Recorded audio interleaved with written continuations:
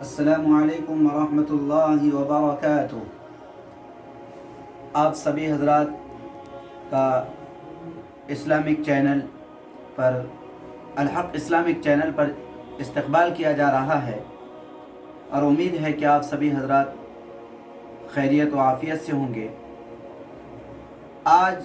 ہمارے سامنے ایک ایسی شخصیت موجود ہیں جن کا نام نامی اسم گرامی محمد عبداللہ ندوی صاحب ہیں،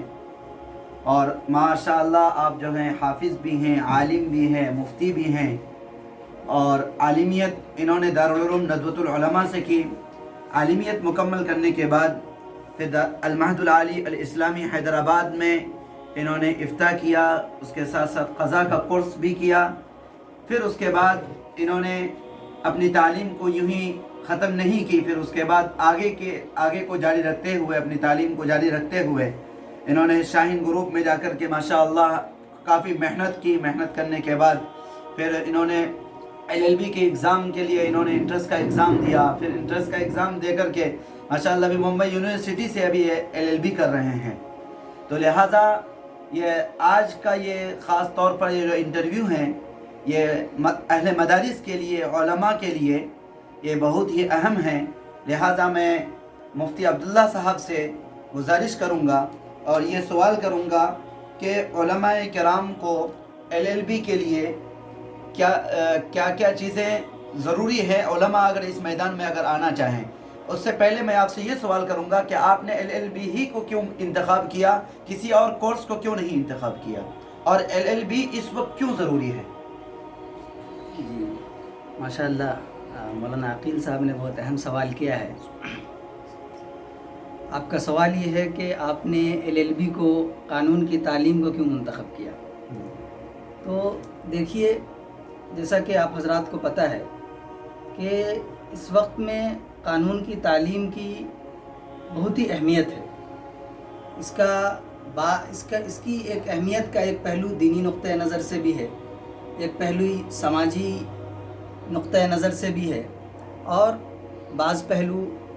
معاشی اور دوسرے نقطۂ نظر سے بھی ہے۔ اسلامی نقطۂ نظر سے یہ ہے کہ آپ قرآن و احادیث کو دیکھیں تو وہاں پر عدل و انصاف اور عدل و انصاف کے قیام کی بڑی اہمیت بیان کی گئی ہے۔ اللہ کے رسول صلی اللہ علیہ وسلم نے ایک جگہ فرمایا، عدل ساعت خیر من عبادت 60 عاما قیام لیلہا و صیام نہارہا، کہ تھوڑی دیر کا انصاف کر دینا یہ 60 سالہ نفلی عبادت سے بہتر ہے، رات کے قیام اور دن کے روزے سے۔ تو تھوڑی دیر کے انصاف کی اتنی اہمیت ہے، تو آپ سوچیں کہ وہ شخص جس نے جو تعلیم، وہ جو عدل و انصاف کے قیام کے لیے، انصاف کے بول بالے کے لیے جو دن رات محنت کرتا ہے، تعلیم حاصل کر رہا ہے، قانون کو پڑھ رہا ہے، اس کو سمجھ رہا ہے، اور پھر وہ آگے چل کر ایک ایڈوکیٹ کی شکل میں، ایک جج کی شکل میں، دوسری شکلوں میں انسانوں کو اور اللہ کے بندوں کو، اللہ کے مخلوق کو اور ہیومینٹی کو انصاف دلانے کے لیے کوشش کرے گا، یہی اس کی تعلیم کا اگر مقصد ہو، تو وہ شخص کا مقام اسلام کے اندر کتنا ہی بلند ہوگا۔ تو یہ ایک پہلو ہے اسلامی نقطۂ نظر سے۔ دوسرا پہلو یہ ہے کہ سماجی نقطۂ نظر سے آپ آج کل دیکھیں کہ بہت سارے لوگ ہیں جو بے گناہ جیلوں میں پڑے ہوئے ہیں۔ خاص کر ہم جس کمیونٹی سے اور جس قوم سے آتے ہیں، اس کے بیشتر نوجوان، ایک بڑی تعداد نوجوانوں کی ہے جو جیلوں کے اندر بند ہے۔ اس میں بھی بہت سارے لوگ وہ ہیں جو چھوٹے چھوٹے جرائم کی وجہ سے وہ جیلوں میں بند ہیں۔ اگر ان کے لیے صحیح معنوں میں پیروی کی جائے تو وہ آسانی سے ان کو باہر لایا جا سکتا ہے۔ مثال کے طور پر کسی شخص نے ٹکٹ نہیں لیا، یا کوئی شخص جو ہے کوئی چھوٹی موٹے جرم اس سے ہو گئے غلطی سے بھی، تو وہ سب جیل میں بند ہیں اور کوئی اس کا پیروی کرنے والا نہیں ہے۔ اگر کوئی اس کی پیروی کرے تو وہ آسانی سے باہر آ سکتا ہے، لیکن اور لوگوں کے اندر قانون کے حوالے سے اور ایک اویئرنیس، ایک بیداری بھی نہیں ہے، جس کی وجہ سے بہت سارے لوگ یوں ہی بے گناہ یا یوں ہی چھوٹے چھوٹے جرم کی وجہ سے جیلوں کے اندر ہیں۔ تو ان کے لیے بھی کچھ لوگ ایسے ہونے چاہیے جو اس کے لیے کام کریں۔ اور اسی طریقے سے اس سماج میں لوگوں کے جو حقوق ہیں، ان کو جو رائٹس دیے گئے، ان کے جو فنڈامنٹل رائٹس ہیں، ان کے جو بنیادی حقوق ہیں، ان کو بھی کوئی ہو جو ان کو بتائے اور اس سے ان کو روشناس اور آگاہ کرے، اس کی بھی ایک ضرورت ہے۔ تو یہ ایک پہلو ہے۔ تیسرا پہلو یہ کہ آپ نے پوچھا کہ علماء کے لیے کیوں ضروری ہے، تو میں یہ سمجھتا ہوں کہ وہ علماء کرام جو فقہ کی کتابیں پڑھتے ہیں، اصول فقہ پڑھتے ہیں اور دوسری بہت ساری چیزیں ہیں، منطق پڑھتے ہیں، تو ان تمام چیزوں کا ایک گہرا رشتہ ہے قانون کی تعلیم کے ساتھ۔ یہاں بھی وہی چیزیں وہی چیزیں جورسپروڈنس کے نام سے پڑھائی جاتی ہیں جو آپ اصول فقہ میں پڑھتے ہیں، وہی چیزیں یہاں پر دوسرے IPC اور ٹاٹ اور کانٹریکٹ ان چیزوں کے نام سے پڑھائی جاتے ہیں جو آپ ہدایہ اول، ہدایہ ثانی، ثالث اور رابع وغیرہ میں پڑھتے ہیں۔ تو انہی چیزوں کا ایک سمجھیے ایک اپڈیٹ ورژن یا ایک ماڈرن ورژن آپ کہہ سکتے ہیں کہ وہ چیزیں جو ہے آپ کو قانون کی کتابوں کی شکل میں ملتا ہے۔ تو یہ چیزیں آپ نے جو کچھ پڑھا ہے مدارس میں اس سے بڑی حد تک بہت ہی ریلیونٹ ہے اور اس کا ایک اپڈیٹ ورژن آپ کہہ سکتے ہیں۔ تو اگر آپ قانون کی تعلیم حاصل کریں گے تو آپ کو ملے گا کہ بہت ساری وہ چیزیں جو آپ نے پہلے پڑھ رکھی ہیں اسی کی کا ایک طرح سے ایک اعادہ ہو رہا ہے ایک دوسری شکل میں۔ ایک اور سوال اہم آپ سے یہ ہے کہ علماء کرام اگر LLB کے میدان میں آنا چاہیے، اور جیسا کہ آپ نے کہا اور واقعی میں اس وقت بہت سخت ضرورت ہے LLB کے میدان میں علماء کو خاص طور پر آنے کی، تو اب ہم اگر کیونکہ ان کا کچھ یہ اس سے پہلے کوئی پڑھائی کیے ہوئے رہتے نہیں ہیں، اب اگر یہ ڈائریکٹ اگر آنا چاہیں تو اس کے لیے انہیں کس طریقے سے تیاری کرنے کی ضرورت پڑے گی؟ اس کے لیے کیا کیا چیزیں ہیں جو LLB کے میدان میں وہ قدم رکھ سکتے ہیں؟ ہاں، یہ بہت اہم سوال ہے آپ کا، اور یہ سوال بہت سارے لوگ کرتے ہیں کیونکہ ہم مدارس میں جو کچھ تعلیم حاصل کرتے ہیں وہ اسلامک تھیولوجی کی تعلیم ہوتی ہے۔ وہ ہم ماشاءاللہ ہم لوگ قرآن پڑھتے ہیں، احادیث پڑھتے ہیں، فقہ پڑھتے ہیں، اصول احادیث پڑھتے ہیں اور اس طرح کے بہت سارے مضامین پڑھتے ہیں، اور ماشاءاللہ یہ وہ مضامین ہیں جو ہمیں قرآن اللہ کے احکامات سے، رسول اللہ صلی اللہ علیہ وسلم کی تعلیمات سے روشناس کراتے ہیں۔ یہ اپنے آپ میں خود بہت بڑی چیز ہے، لیکن یہ ہے کہ ہمارا ایک الگ میدان ہوتا ہے، پھر ہم ڈائریکٹ ایک دوسرے میدان میں قدم رکھ رہے ہوتے ہیں، اس سے پہلے ہمیں سابقہ نہیں پڑا ہوا ہوتا ہے۔ تو یہاں پر ایک چیز بہت اہم ہے کہ ہمارے لیے گائیڈنس کی ضرورت پڑتی ہے، ہمیں رہنمائی کی ضرورت پڑتی ہے کہ کیسے ہم اس فیلڈ میں قدم رکھیں۔ تو یہاں پر بھی دو پہلو ہے، ایک تو یہ ہے کہ ایکچول میں یہ فیلڈ ہے کیا، سمجھ رہے ہیں، دوسری چیز یہ ہے کہ اس فیلڈ میں قدم کیسے رکھیں، اس کے لیے تیاری کیسے کریں۔ تو آپ بیسیکلی یہ سمجھ لیجئے کہ قانون کی تعلیم کے لیے کئی سارے ادارے ہیں، بعض گورنمنٹ کے ادارے ہیں اور بعض جو ہے یہ پرائیویٹ ادارے ہیں۔ گورنمنٹ کے جو ادارے ہیں اس میں جو NLUs ہیں جس کو ہم نیشنل لا یونیورسٹیز بولتے ہیں، تو وہ جو ہے بہت ہی اہم ہے۔ وہاں جو ہے جو تعلیم ہوتی ہے اس کی تعلیم کی نسبتاً زیادہ اہمیت اس معنوں میں کہ وہاں پر تعلیم کا ایک اچھا معیار مانا جاتا ہے NLUs کا اس ملک کے اندر۔ تو اس کے لیے جو ہے باضابطہ کلیٹ کا ایگزام ہوتا ہے، اور کلیٹ کو جو کوالیفائی کرتا ہے وہ NLUs میں ایڈمیشن لینے کے لیے اہل ہوتا ہے۔ اور اس کے بعد ملک کی اور بھی بہت بڑی بڑی یونیورسٹیز ہیں، جیسے دہلی یونیورسٹی ہے، جامعہ ملیہ نیو دہلی کے اندر ہے، علی گڑھ مسلم یونیورسٹی ہے، اسی طریقے سے اور بھی بہت ساری عثمانیہ یونیورسٹی ہے۔ تو یہ یونیورسٹیز اپنا ایک الگ اور سپریٹ ایگزام کراتی ہیں۔ اگر آپ ان کا وہ ایگزام کوالیفائی کر لیتے ہیں تو آپ اس بات کے اہل ہوتے ہیں کہ اس یونیورسٹی میں ایڈمیشن لے کر، داخلہ لے کر آپ اپنی تعلیم وہاں پر قانون کی جاری رکھ سکتے ہیں۔ تو یہ ایک شکل ہے، اور اس کے لیے اب یہ ہے کہ تیاری کیسے کیا جائے۔ تو اس کی شکل یہ ہے کہ آپ اس یونیورسٹی جہاں کا بھی ایگزام دینا چاہتے ہیں، آپ اس کی ویب سائٹ پہ جائیے اور آپ لکھیے کہ LLB انٹرنس سلیبس، تو آپ کو LLB انٹرنس کا جو سلیبس ہے وہ آپ کو مل جائے گا۔ اس کے بعد دوسری چیز یہ ہوتی ہے کہ آپ وہاں سے اسی ویب سائٹ سے آپ جائیں اور پریویس ایئر مطلب پچھلے سالوں کا جو ہے پیپر جو انٹرنس میں آ چکے ہیں وہ ڈاؤن لوڈ کر لیں اور اس کو ایک مرتبہ دیکھ لیں کہ پیٹرن کیا ہے، کس طریقے کے سوالات آتے ہیں۔ پھر جو ہے ہر طرح کے ایگزام کی تیاری کے لیے باضابطہ گائیڈ بک ہوتی ہیں۔ سب سے اہم گائیڈ بک اس میں یونیورسل کی گائیڈ بک ہے، اگر آپ کلیٹ وغیرہ کی تیاری کرتے ہیں یا دوسرے لا ایگزام کی تیاری بھی کرتے ہیں۔ اس کے علاوہ علی گڑھ کے لیے اور جامعہ وغیرہ کے لیے الگ سے بھی دوسری گائیڈز وغیرہ بھی آتی ہیں دوسرے پبلشرز کی بھی، تو آپ جو ہے اس کو لے سکتے ہیں اور پھر اس کے اکارڈنگ جو آپ تیاری کر سکتے ہیں۔ اس میں سب سے اہم چیز جو کردار ادا کرتا ہے وہ آپ کی انگریزی زبان سے، انگلش زبان سے جو آپ کی شناسائی ہے، انگلش زبان پہ جو آپ کی پکڑ ہے، انگلش گرامر پر، یہ چیز ایک اہم کردار ادا کرتی ہے۔ اسی طریقے سے آپ کے اندر جو ریڈنگ کی کیپیبلٹی ہے، ریڈنگ